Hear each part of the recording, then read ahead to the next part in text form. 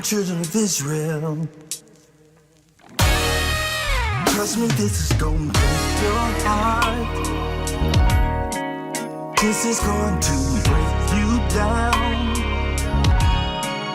toss you on your way to Babylon.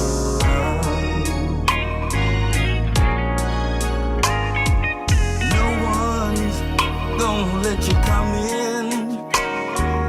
Doors are fastened, windows are pinned. Keep your hands on that plow. Hey, I said hold on, children of Israel. Don't you look back to Jerusalem no more. Keep your hands on that plow. Move your enemies land now. Move that hill and take off the ground. Hold on to your soul, just like Jeremiah prophesied. Hold on, children of Israel. Jesus coming back to receive us, take us back home. Hold on to your soul.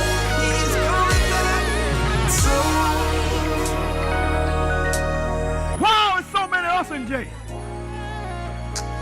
Why are we always impoverished? Why are we in bad living conditions? Why are we the highest unemployed in the whole country? Nobody ever asked the question.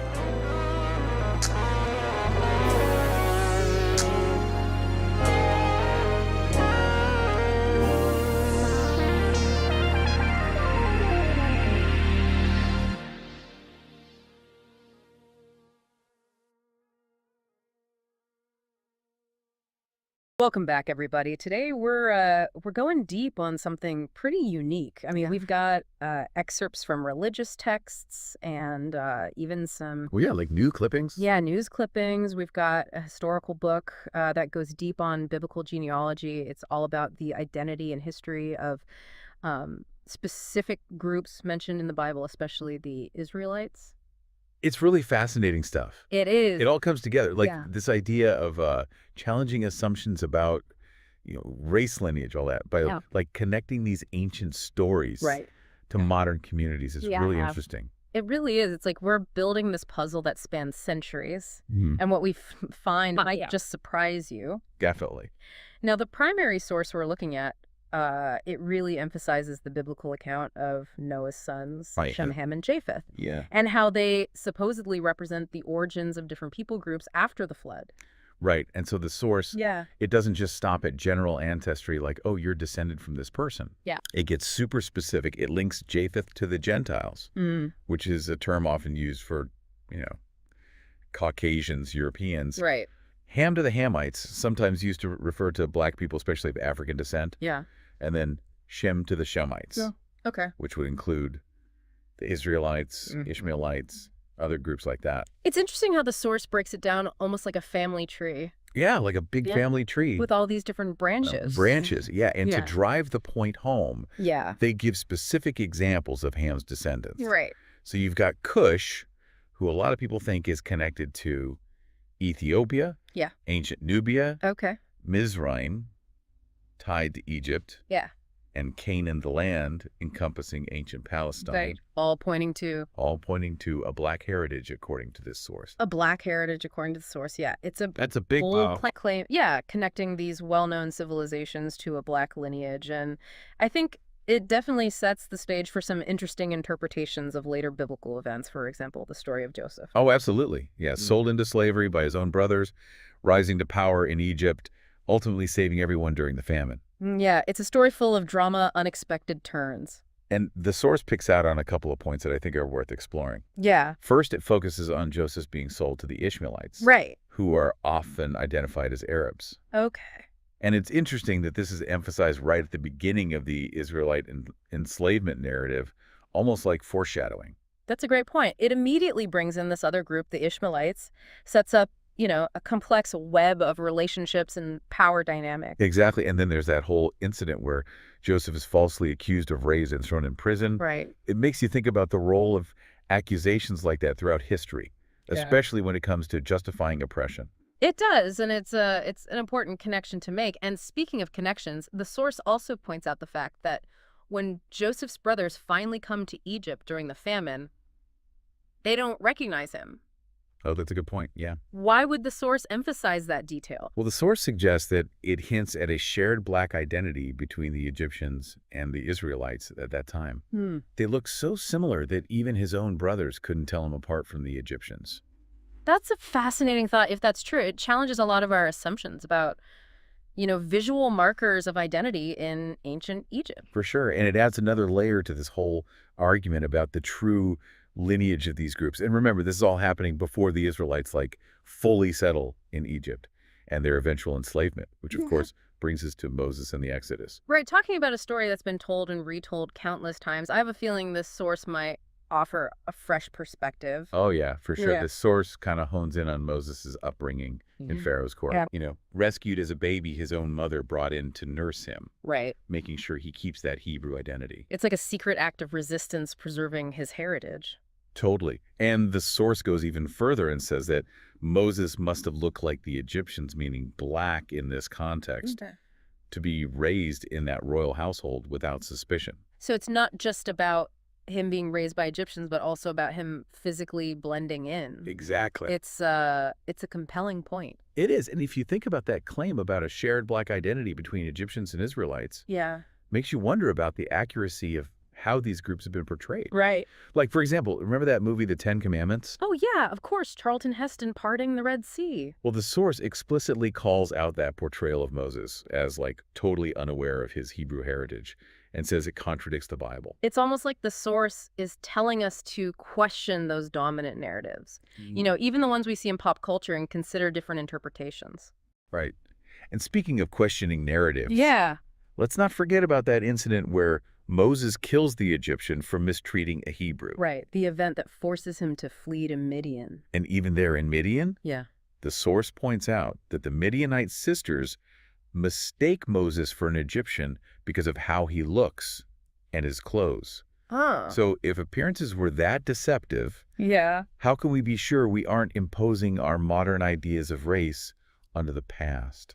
That's a crucial question to ask, especially when you're dealing with accounts that are open to interpretation. We need to peel back those layers, look beyond, what we think we know, and really examine the evidence with fresh eyes. I couldn't agree more, and I think we've laid some pretty interesting groundwork here. We have. But this is just the beginning. Yeah. The story of the Israelites is far from over. It is. Yeah. So we've got this intriguing possibility of a shared black identity between the Egyptians and Israelites, at least according to the source. And now I'm really curious to see how that plays out in those big events that shaped Israelite history, like the Passover and the Exodus. Well, the source makes a direct connection, between those events and the Israelites' experience of oppression and their eventual deliverance. Yeah. It really emphasizes their enslavement by, again, Black Egyptians. Right. Which is a perspective that might challenge some common assumptions about the racial dynamics of ancient slavery. Right. We tend to picture historical slavery through this very specific lens, often tied to ideas of racial difference. Yeah. But this source seems to be suggesting something a bit more nuanced. Yeah, exactly. It asks us to consider the complexity of history and how power dynamics have played out, across different cultures and time periods, regardless of visual markers. Right. It's a reminder that oppression can take many forms, and that, those in power aren't always so easily categorized. Now, the source also mentions this mixed multitude that left Egypt along with the Israelites, suggesting that there were some non-Israelites among them. Yeah. What do you make of that detail? Well, it's interesting because it raises a lot of questions about alliances, assimilation, the fluid nature of identity even back then. Right. Who were these non-Israelites? Yeah. Why'd they join the Exodus? Yeah. How did they shape Israelite identity in the long run? Yeah. These are all questions worth exploring. Absolutely. It speaks to this idea that group identity isn't always fixed or easily defined, especially when you have these different groups interacting and migrating over time. For sure. And, speaking of connections between groups and locations, the source brings up this passage from Psalm 105, where the land of Ham is referred to as Africa. Okay. It's like this direct link. Yeah. Reinforcing that claim about a long-standing connection between the Israelites and the African continent. Right. It's like the source is building this case, drawing these connections between biblical narrative specific locations and, the lineage of these groups. Yeah, it's weaving together these different threads of evidence to create this really compelling argument, even if it challenges traditional interpretations. Okay, so we've delved into the Genesis genealogies, explored the Exodus story, even touched on those biblical references to Africa.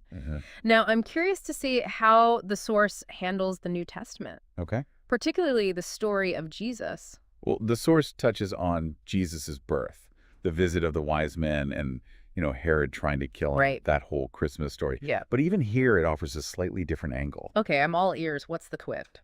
It focuses on Herod's identity, specifically, claiming that he was an Edomite who converted to Judaism. Okay. It's a very deliberate distinction. Yeah. Highlighting the difference between Edomites and Israelites. It's like the source is saying, not everyone who claims a certain religious or ethnic identity is actually part of that group. Exactly. And it gets even more interesting when you look at the flight to Egypt. Okay, when Jesus, Mary, and Joseph flee to escape Herod's wrath, right. What does the source say about that? Well, it says that Egypt was a safe haven for them, precisely because they can blend in with the black population. That's a bold statement, especially when you consider those traditional Western depictions of Jesus. Right, those classic paintings with the blonde hair, blue eyes. Yeah, it's definitely a contrast. It is, and the source poses this question. Yeah. If Jesus looked like that, shouldn't he have gone to Europe instead of Egypt? Right, it's a powerful point, challenging those ingrained visual representations and makes us reconsider how we imagine these biblical figures. Exactly. And speaking of challenging assumptions, yeah, let's move on to the Apostle Paul. Okay. Who traveled extensively spreading the Christian message. Right. The source brings up that incident in Acts 21 where he's mistaken for an Egyptian. Yeah. Oh, yeah. It's almost like it's hinting at this shared black identity between Paul and the Egyptians. Yeah, that's one way to look at it. And remember, this is Paul, a key figure in early Christianity. Yeah, which makes that potential connection to Egypt even more intriguing. And now I think there's another example from the book of Acts, something about a man named Simeon. You're thinking of Simeon called Niger. Okay. Mentioned in Acts 13. Right. The name Niger means black, hints at his darker complexion. Yeah. Suggesting that, there were diverse appearances within the Israelite community. It's interesting how these small details can, really add weight to the source's argument. Sure. Every little detail contributes to the big picture. Right. And speaking of the big picture, let's not forget that story of the Ethiopian eunuch who converts in Acts 8. Oh, yeah. The one reading Isaiah when Philip meets him. Right. What's the source's take on that? Well, it connects this event back to that biblical commandment for Israelite men to appear before God 3 times a year, implying a deeper connection between Ethiopia and the Israelites. So the eunuch's presence in Jerusalem wasn't just a coincidence, but part of a larger pattern of movement and connection between these groups. Exactly. Another piece of the puzzle weaving together, biblical commandments, geographical locations, the spread of Christianity all into this narrative that challenges traditional interpretations. Okay, so we've got these biblical accounts, these hints about a Black Israelite identity, a potential connection to the African continent. But how does this all relate to the modern world? Good question. And that's where those news clippings come in. Right. The source makes this bold leap, connecting those ancient groups to present-day communities around the world. Like the Falashans of Ethiopia, also known as Beta Israel. Yeah. The Igbos of Nigeria and the Lemba of Zimbabwe. Right. All claiming Israelite ancestry. It's fascinating how the source links these modern communities to the historical oppression of the Israelites, drawing parallels between their experiences, suggesting this continued struggle for recognition and justice. Yeah, it reminds us that history isn't just something that happened in the past. It shapes who we are today, how we see ourselves and the world around us. Absolutely. But I have a feeling the source isn't done with us yet. Not even close. There's still that final twist you mentioned earlier. Are you ready to reveal it? I am, but be warned. Okay. It's a real head spinner. All right, I'm ready. What's this final twist that's going to turn everything upside down? Well, the source claims that the people we think of as Egyptians today, the ones living in modern-day Egypt, they aren't actually the direct descendants of those ancient pharaohs. Wait, are you saying the pyramids weren't built by their ancestors? If not them, then who? This is where it gets really wild. The source says they're actually Pharaoh's descendants of Ishmael, who conquered the land way back and just took on the Egyptian name. So they basically assumed the identity of the original Egyptians. Yeah, that's the claim. That's a bold claim. It is. And to make it even more complicated, the source argues that the true descendants of the the Nubians are now like marginalized in their own ancestral land. Wow. So it's like a historical case of identity theft. Yeah. Where the conquerors take over the identity of the conquered. Right. But if that's true, what about the Israelites? Where do they fit in all this? That's the other bombshell the source drops. It claims that the people who mostly identify as Jewish today, they aren't actually the true Israelites. Okay. They're Edomites, descendants of Esau. Wait, Esau as in Jacob's brother, the one who sold his birthright for a bowl of stew. That's the one. And the source says these Edomites, they gained power over time and basically laid claim to the Israelite legacy. So it's not just mistaken identity, but an intentional takeover of heritage. That's what the source is arguing. And to make things even crazier, it says the real descendants of the Israelites are scattered all over the globe, misidentified as African-American, Negro, or just black. Hold on, let me get this straight. The source says that the people we call Egyptians today aren't really Egyptians. Those who identify as Jewish aren't really Israelites, and the people labeled black might be the actual descendants of the Israelites. It's like a complete identity shuffle. It is a very different way of looking at history and identity. Yeah. You know, it really challenges the categories we take for granted. It makes you question everything you thought you knew about these groups and their stories. Absolutely. It's a lot to take in. I bet our listeners have a lot to think about after this deep dive. Yeah. We've gone from ancient biblical genealogies to modern-day claims of identity, and we've seen some serious challenges to conventional thinking along the way. For sure. Yeah. It brings up some big questions, you know. Like, if this source is right, what does that mean for how we understand race, ethnicity, and religion? Yeah. How would it change our view of historical events? And how does it affect how we see the relationships between these groups today? Those are definitely questions worth thinking about. They are. Well, thank you so much for joining us on this really thought-provoking deep dive. It's been a real eye-opener exploring, the intricacies of identity history and the lasting influence of belief. It's been a pleasure.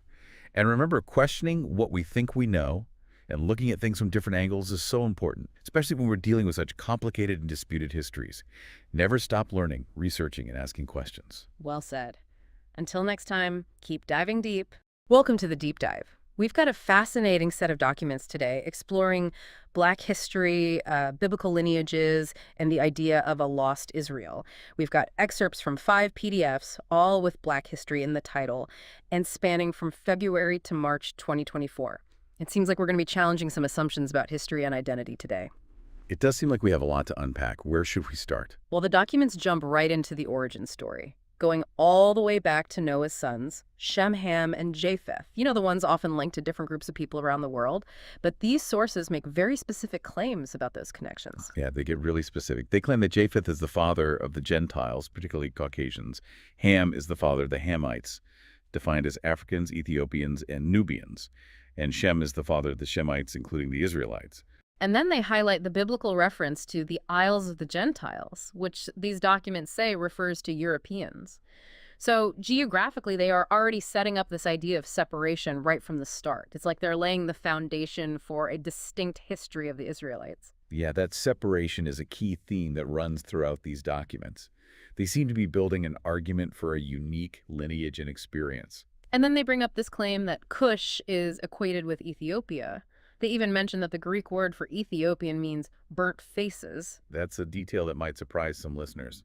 It's a direct reference to skin color and suggests a different image of these biblical figures than what many people might imagine. Right. It challenges the often Eurocentric portrayals of these figures that we're used to seeing.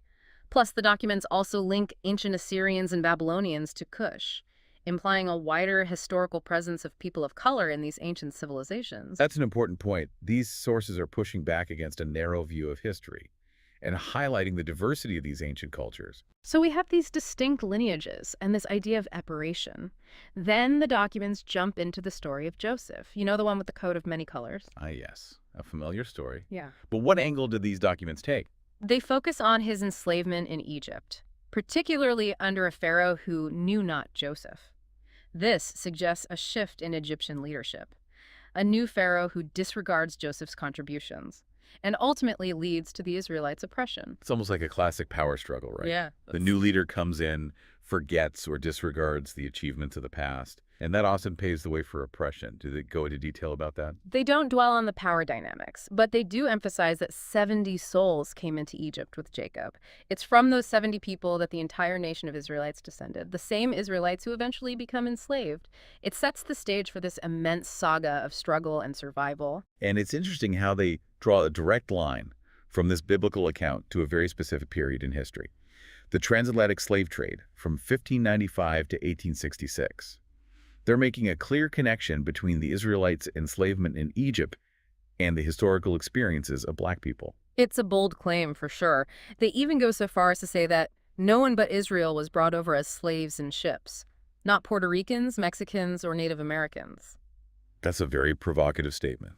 It seems like they're arguing that other groups, while facing oppression and exploitation, didn't experience the same system of chattel slavery as Black people. It's definitely a perspective that challenges traditional narratives about slavery in the Americas. Absolutely. And it makes you wonder about the motivations behind framing it this way. They also bring up this shocking claim about the origin of the word picnic, saying it comes from a racially charged phrase. This raises an important question about the hidden meanings behind seemingly innocuous words. Are there other words we use without understanding their true origins? It makes you think about the subtle ways in which language can perpetuate biases and historical injustices. This is disturbing. I had no idea. It certainly adds another layer to our understanding of the power of language and its connection to historical oppression. It's almost like we're uncovering a hidden history within the words we use every day. Precisely.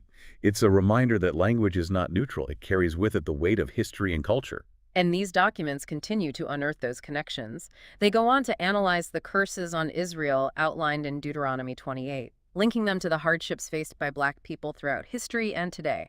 It's a very specific interpretation of those biblical passages, and it's likely to spark debate. Is it accurate to attribute all modern struggles to ancient curses? Doesn't that potentially oversimplify the complex social and historical factors at play? It's a question worth considering. For sure. It's a bold claim and one that raises a lot of questions about cause and effect in history. But for now, let's move on to another significant event that these documents highlight: the destruction of Jerusalem in 70 AD by the Romans. The descriptions of people being crucified daily are incredibly disturbing. It's a stark reminder of the brutality of that period, and the documents don't shy away from challenging traditional interpretations. They even go as far as to claim that the cross is a Roman death symbol, not a holy one.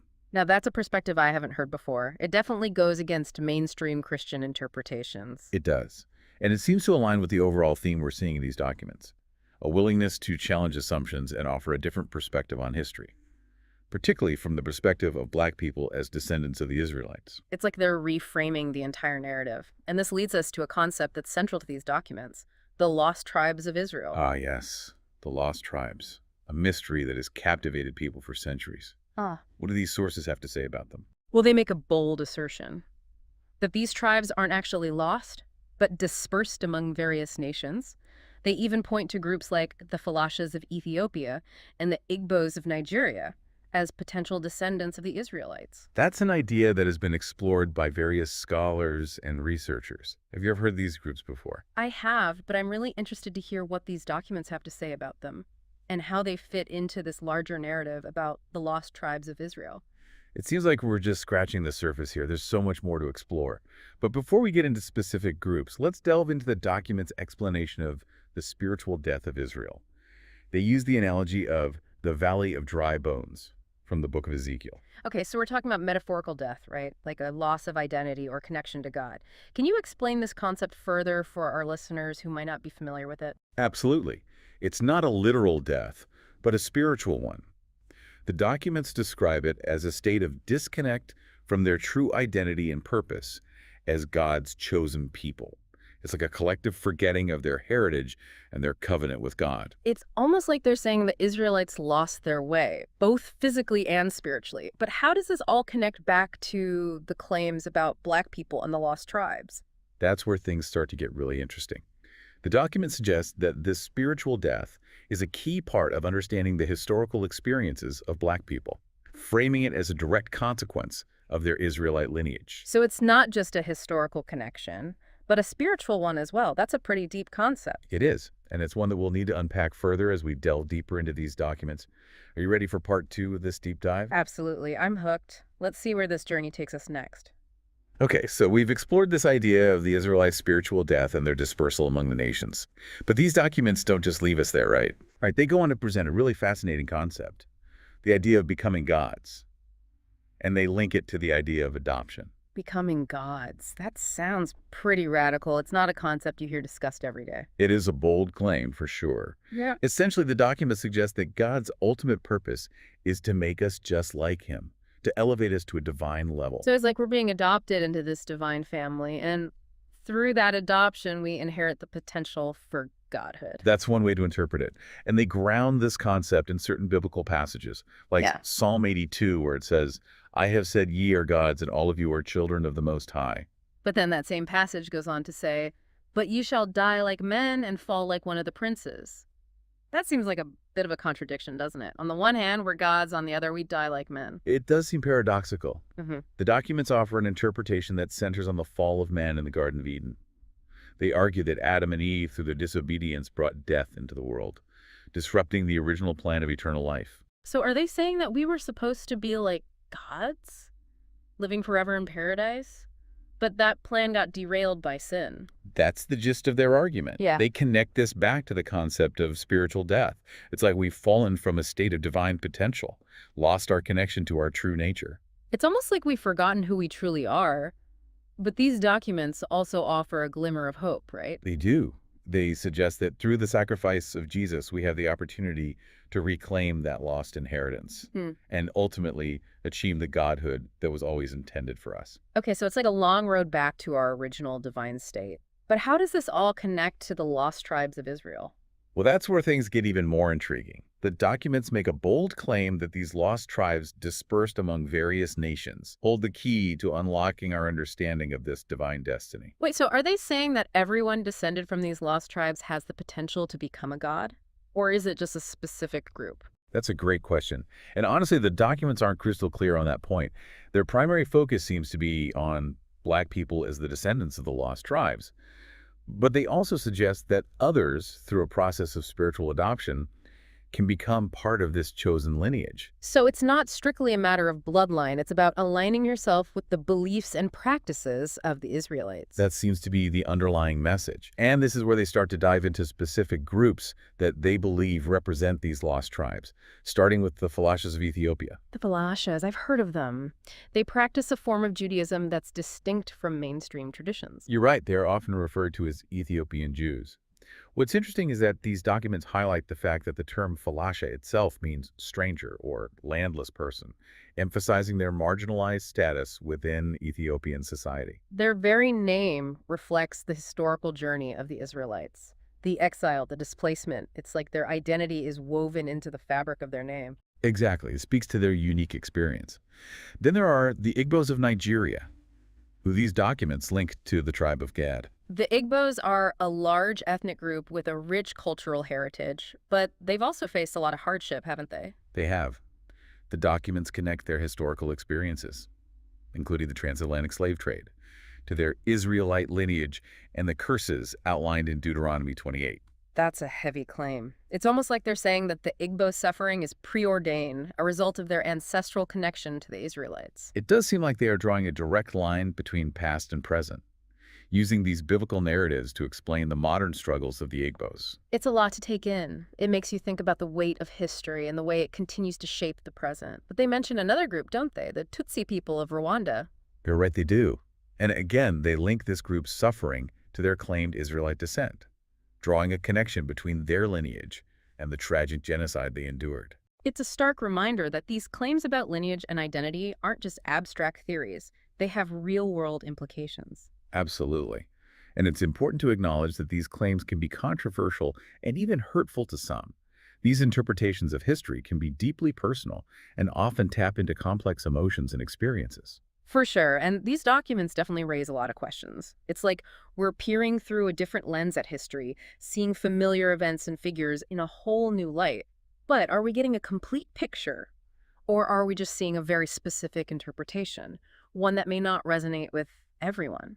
That's a key question to keep in mind as we continue this deep dive. These documents offer a particular perspective, and it's important to recognize that other viewpoints exist. But for now, let's shift gears a bit and explore how these documents connect their claims to biblical prophecy. Are you ready to delve into the book of Revelation and the prophecies about the end times? Bring it on. I'm fascinated to see how they tie all of this together. Okay, so we've gone from biblical lineages and the transatlantic slave trade to the spiritual death of Israel and even the mind-blowing concept of becoming gods. Now they're bringing prophecy into the mix, which is always a bit mind-bending. It certainly adds another layer of complexity, doesn't it? Where do they start with this whole prophecy angle? Well, they focus on a few key passages, mainly from the book of Daniel, specifically the prophecies about the 4 Gentile kingdoms: Babylon, Persia, Greece, and Rome. Ah, yes, the empires that shaped much of ancient history. What do they make of those kingdoms? They don't see them just as historical entities, but as symbolic representations of a pattern, a recurring cycle of power and oppression that they believe will eventually culminate in a final apocalyptic conflict. It's like they're suggesting history repeats itself, but with increasingly higher stakes each time. That's a fascinating interpretation. So they're connecting ancient empires to the end of the world. What kind of conflict are we talking about here? They point to the prophecies in the book of Revelation, specifically the vision of a 10-horned beast, which is often interpreted as the ultimate symbol of evil or tyranny. The beast. That's some serious apocalyptic imagery. How do they connect that to these kingdoms? They suggest this 10-horned beast represents a final global empire that will arise from the remnants of the Roman Empire. So they're drawing a line from ancient Rome to a future global superpower. That's a pretty bold claim. It is, and they don't stop there. They also emphasize the role of a charismatic and deceptive leader who will emerge to rule this final empire, someone who embodies the beast's power and deceit. It sounds like a recipe for global domination. A powerful empire led by a cunning and manipulative figure. It definitely paints a rather dark picture of the future. It does.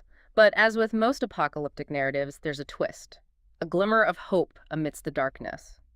They argue that this final conflict will also mark the return of Jesus Christ and the restoration of Israel to its rightful place as a kingdom of priests. So it's like the classic battle between good and evil, with Jesus ultimately emerging victorious.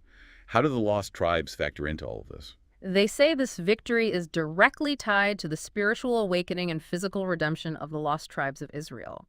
It's like they're suggesting that the fate of the world hinges on the restoration of these lost tribes. Wow, that's quite a responsibility to place on these dispersed groups of people. What does this redemption look like in their view? Is it purely spiritual? They actually envision a physical return to the land of Israel, a gathering of the dispersed tribes from all the nations. They believe these tribes will be brought back to their ancestral homeland, where they will rule and reign with Christ. It's like a grand reunion and a divine coronation all rolled into one. It's a powerful and evocative image for sure. But it also raises a lot of questions. How do they imagine this happening logistically? Will people just pack their bags and move to Israel? What about the people already living there? The documents are a bit vague on those details. They suggest this gathering will be accompanied by supernatural events, perhaps even a mass exodus guided by divine intervention. So they're leaving it open to divine intervention. It's interesting how they blend historical analysis with these supernatural elements. It's a fascinating mix, for sure. They really weave a complex and multi-layered narrative. It feels like they're trying to connect all the dots, from ancient history to the present moment, and then project that into a future shaped by prophecy and divine intervention. It's definitely a lot to wrap your head around. It is, and it's important to remember that these documents represent just one interpretation of these complex historical and theological ideas. Other perspectives and interpretations exist. Absolutely. We've been deep diving into a very specific worldview, and it's important for listeners to do their own research and come to their own conclusions. Exactly. We're not presenting this as the definitive truth, but rather as a thought-provoking exploration of alternative perspectives on history, identity, and faith. Well said. We've covered a lot of ground in this deep dive. We've gone from biblical lineages and the transatlantic slave trade to the spiritual death and potential resurrection of Israel. We've even explored the mind-blowing concept of becoming gods. We've explored some truly fascinating and challenging concepts. It's been a journey through ancient texts, historical events, and profound theological questions. And through it, all these documents invite us to consider different ways of understanding the world, our place in it, and the forces that have shaped our past, present, and perhaps even our future. It's a lot to ponder. It is. And we hope this deep dive has sparked your curiosity and given you some food for thought. Thank you for joining us on this exploration. Until next time.